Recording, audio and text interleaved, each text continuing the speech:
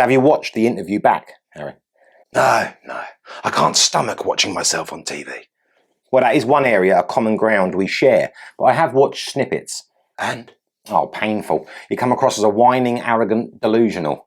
An ignorant, unintelligent crybaby who's masquerading unsuccessfully as a legal scholar. I was just trying to put the record straight. What, for the 50th time? Let the poor chap get a word in edgeways. What did you think, Boris? About what?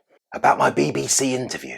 Well, I think the thing to remember is, when you're dealing with the media, they are a bunch of tricky badgers. I mean, it's very hard to get out of any interview, particularly with the BBC, without looking like a complete fool. I mean, just look at Prince Andrew with that one he did with Emily Maitlis.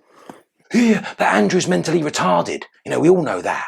I think what your main problem was, Harry, was that you were playing the old I really want to reconcile shtick.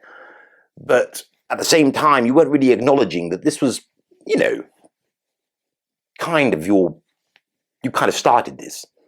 No, it was them. They treated my Meghan so unfair.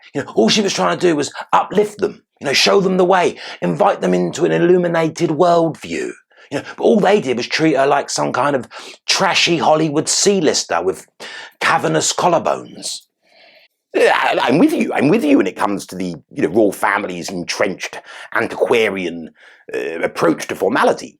But, there was certainly a dash of insouciance in the approach adopted by you and Meghan. And whenever interviewed about it, you displayed a seriously bitter truculence, which most people are going to find pretty unappealing. And the other question people might be asking is, would you be singing all of these doxologies to the royals, the true royals, had you have been more thoroughly accepted in the US? Look, I really don't understand what you're on about, Boris. Well, you had a cocky arrogance to you when you first turned up to America, referring to their First and Second Amendments as, bonkers, which of course I agree with. You engaged with a mindless, hobnobbing until they discovered that you were indeed mindless. And that might sound harsh, Harry, but it is true, and it did lead to your somewhat unillustrious, isolation from the Hollywood glitterati. And that was so unfair too, because the more I told them how interesting and important I was, the more they ignored me.